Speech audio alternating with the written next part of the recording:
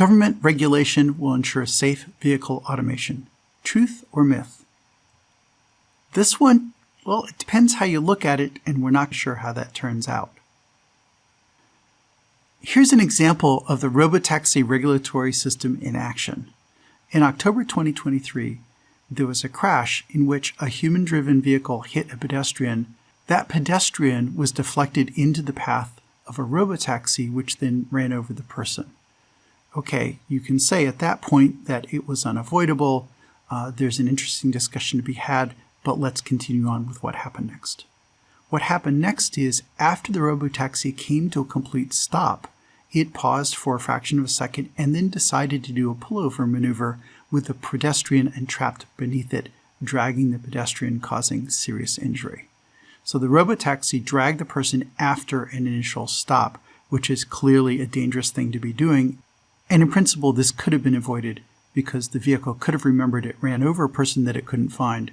And in fact, the legs of the pedestrian were sticking out and visible in a camera field of view during the dragging part of the incident.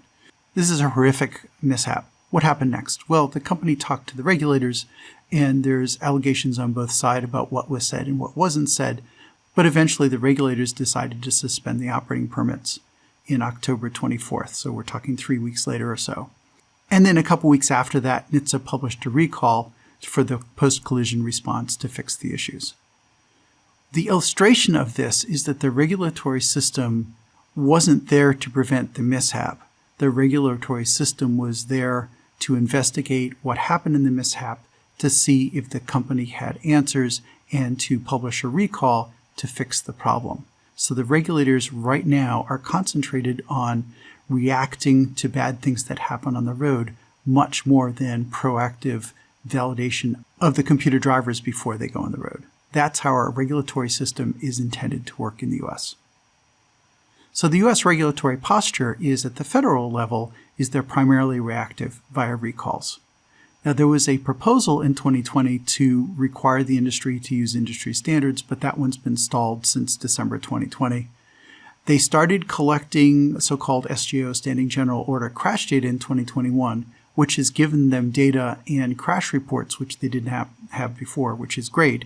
But all of this is reactive. The companies go out, they operate, something happens, it gets reported, and then the federal level NHTSA decides what to do about it.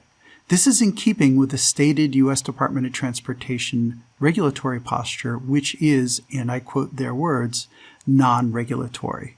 So they're not doing advanced evaluation, they're taking a reactive stance. What's happening at the states? Well, this is putting a lot of the burden to grant permission on the states. But many of the states aren't really equipped with the knowledge and ability to regulate technology that's complicated in the absence of federal proactive regulation. And so what they do is largely administrative. There are some groups in some states that are trying to be technologically savvy, but they're struggling. They just don't have the resources to be that proactive against an industry that is spending tens of billions of dollars. But what they do depends on the state.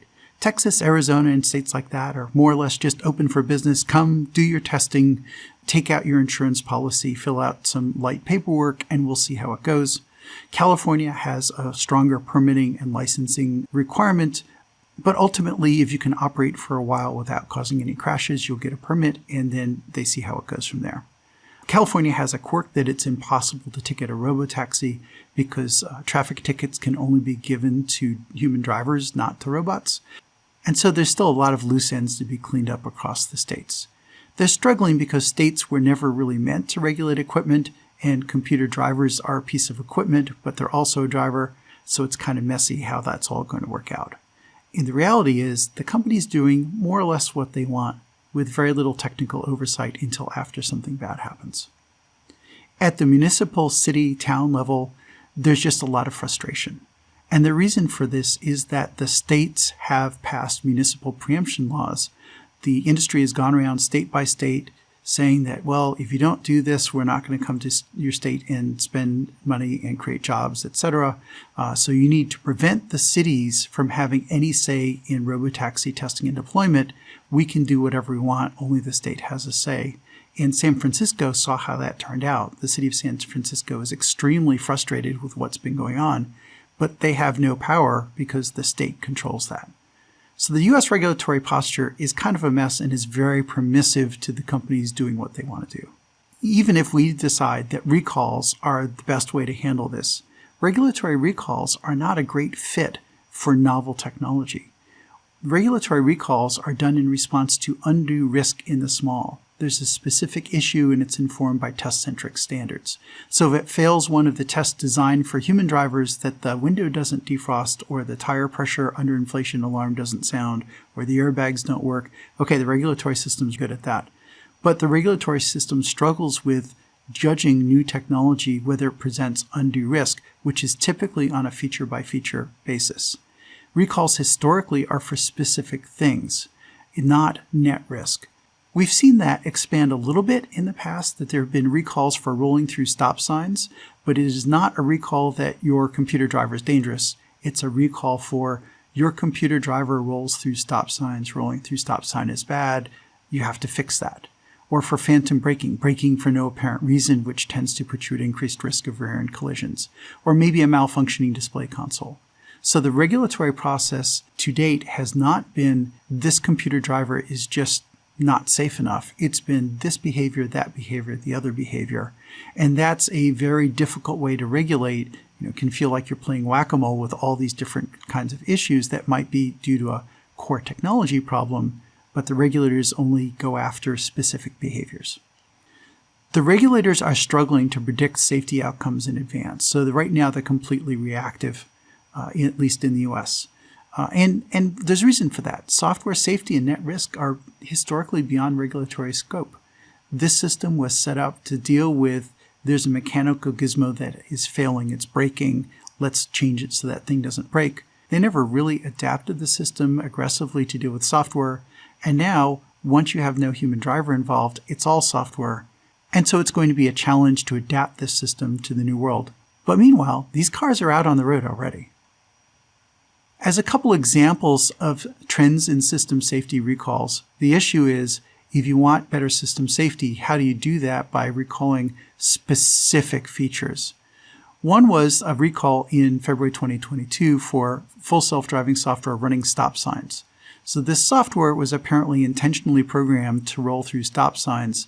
And we're not talking a slow roll. We're talking faster than a person can walk. So pretty significant speed through stop signs if it thought the intersection was clear. But the rub is, what if it's wrong about that?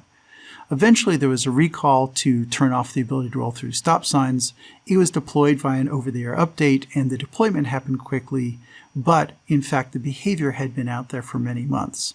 So saying, well, it was fixed overnight, what's the problem? The problem is that the undue risk was presented for weeks or months and months, depending on the recall, before the over-the-air remedy was implemented as part of the recall process. In 2024, there was another recall about problems with autopilot driver monitoring. That recall went out. Again, it had been more than a year that the problem had been out there. Eventually, it was recalled and there was a remedy deployed. But Consumer Reports thinks that the remedy didn't really address the problem. So the industry and the regulators in particular are really struggling with system safety recalls as opposed to specific feature recalls. We're going to have to see how this goes.